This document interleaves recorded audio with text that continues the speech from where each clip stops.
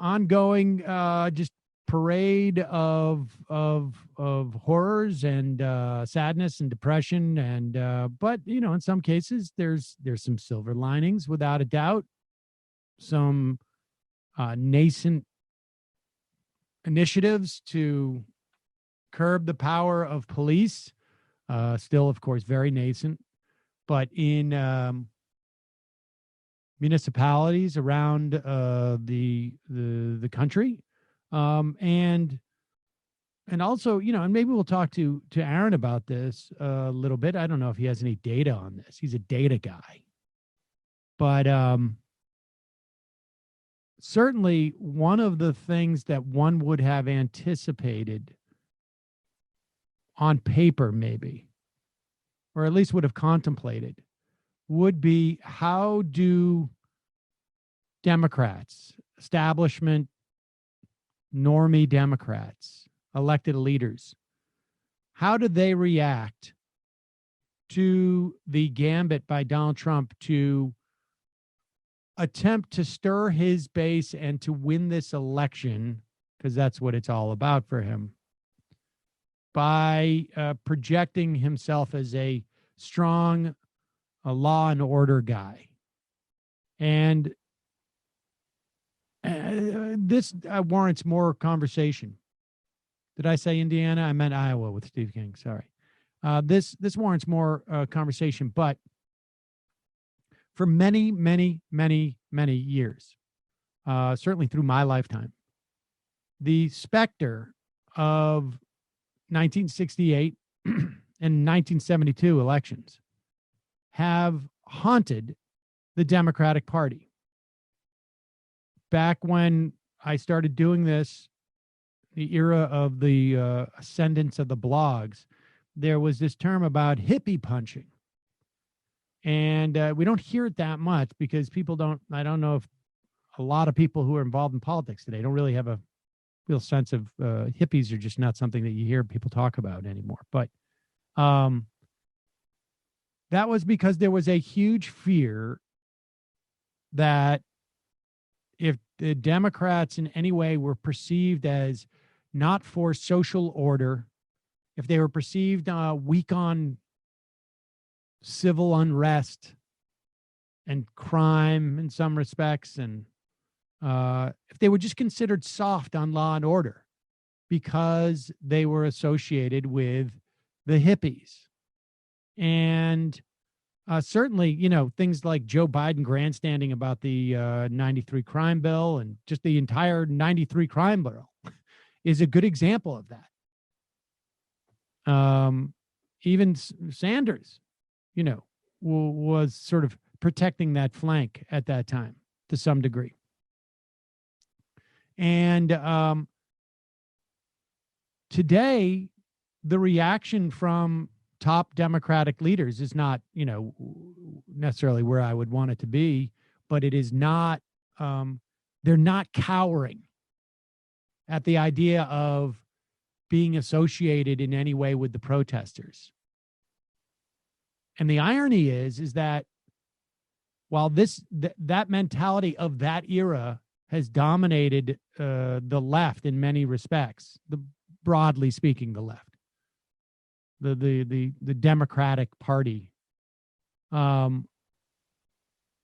It's interesting that they are trying to run that same playbook. They're trying to run Richard Nixon's playbook from 1968. And they're doing so without any, the problem in the past is that the Democrats have run that playbook or reacted to it without any sense of the context in which they were operating.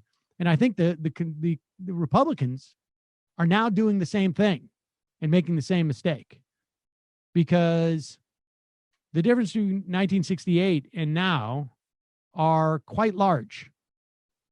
Not the least of which is that white people are marginally better than they were in 1968 in terms of issues of race, or that there's enough white people who are better, marginally better on the issues of race. We have cell phones. We have there's whether people were in denial or were just simply ignorant. You don't have that same luxury to have to be in denial or ignorant, because it's so obvious today with the advent of phones and video cameras. Also, I would add, Richard Nixon was not in charge at that time, so he could not do anything to screw it up like Donald Trump has by exerting way too much violence and force. And so people should be encouraged by that on some level. We'll talk more about it, but let's look at this. So Donald Trump and the stories coming out, and look, you read these stories, these TikToks of how decisions are made in the White House. And in all honesty, I don't know that they're terribly useful. The New York Times has like a how this decision was made, et cetera, et cetera. And it was Ivanka's idea for him to go to the church, and who knows, right? I mean, the people who leak this stuff to Maggie Haberman and all the other, reporters on the Times, they all have their agendas. But what appears to be the case is that it was Bill Barr. They had this plan to go and clear out the area, and it hadn't been done. Bill Barr went out to inspect and looked around and says it hadn't been done. So we got to get this done. And they had brought in basically like a whole mishmash of agencies, police agencies, federal police agencies, and seem to have like re-deputized them as like general DOJ thugs. I mean, it's really, someday somebody's going to write about this and find how just horrific it was. But, and then he had them clear it out for Donald Trump to go take this walk. It is, there was, by the accounts of mainstream journalists, not 2%, not 98% peaceful, not 99% peaceful, 100% peaceful. And we got clips. I've seen clips from Australian journalists, American journalists. They're all just literally shocked at the way that these federal police, unnamed agencies, federal police, attacked protesters, attacked them, violently attacked them, including the use of a military helicopter, a medic helicopter. It was a Lakota medevac helicopter, unarmed. Let's play the clip of the Lakota unarmed helicopter hovering over demonstrators, and then we'll play the clip of the response of Republican senators. Now, just for your information, here's the helicopter. This was later in the evening. That's a photo. We don't have any video. Do it.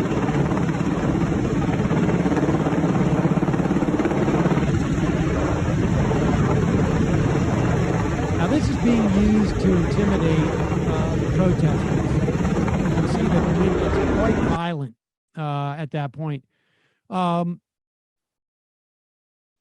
There's no experts who have looked at that and said it was being used to do anything other than intimidate protesters. You're not supposed to fly a helicopter that low to the ground. It's extremely dangerous. On top of which, because it had a Red Cross, the sort of medic symbol, it is a breach of Geneva Conventions to use a vehicle like that for that type of purpose. Somebody had died. You're in like war crimes territory under the Geneva Conventions. But that wasn't nearly as disturbing as the footage that we watched yesterday of the riot gear, the military police attacking protesters. Here is the Republican Party in basically, like one of these walk of shames that they do. The senators going into a lunch, all of them pretending like they had no idea. I haven't been able to watch any TV. I had no idea of the massive protests, the most violent removal of protesters from Washington, anywhere in Washington, D.C., in probably generations. Here is their responses. This is like a parade of cowards. The president did last night the right thing to do. What the president did, the peaceful protesters that were dispersed with tear gas, he then walked across the street to the church. Was that the right thing to do? Didn't really see it. Was what the president did last night right? Was what the president did and what unfolded at the White House last night appropriate? Here, if you want to reach out to our office, feel free to. Thank you. Senator Roberts, was what the president did last night at St. John's, was that appropriate? Was clearing the protesters an abuse of power? I'm sorry? I don't know what to I wasn't there, so I didn't see exactly what happened. But I think that he was just trying to make a point. And it's hard in a polarized environment like this. So You don't have any comment on what happened at the White House last night? On the what? The gassing of White House protesters, do they have a right? I didn't watch that closely enough to know what happened there. Senator Enzi, Mitt Romney. are you So, concerned at all about what so happened at the White House last night? I did not think that what we saw last night was the American right. Senator Portman, do you think what we saw last night at the White House, was it an abuse of power, what we saw last night outside the White House? By the protesters, yes. By the violence, yes. I've heard conflicting things about, the president, the Park Service, the Secret Service didn't know that the president was going to come through. So I don't know what the actual facts are. I think those would be useful things to find out. Yeah, I mean, that's every single one of them a coward. Lisa Murkowski being the sort of the beacon of courage in the Republican caucus by saying that's not the America I know.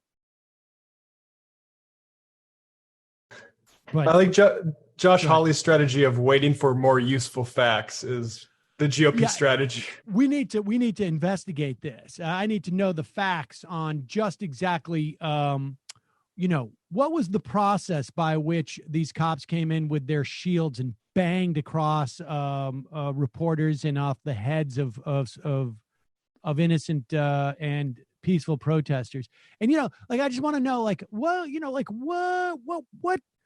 what was the projectiles they were sending? I just want to know what the thickness on the rubber was. Well, I think we need to know these questions about whether they were, 2 millimeters or 3 millimeters thick before I respond to them. These are all facts that we really need to know.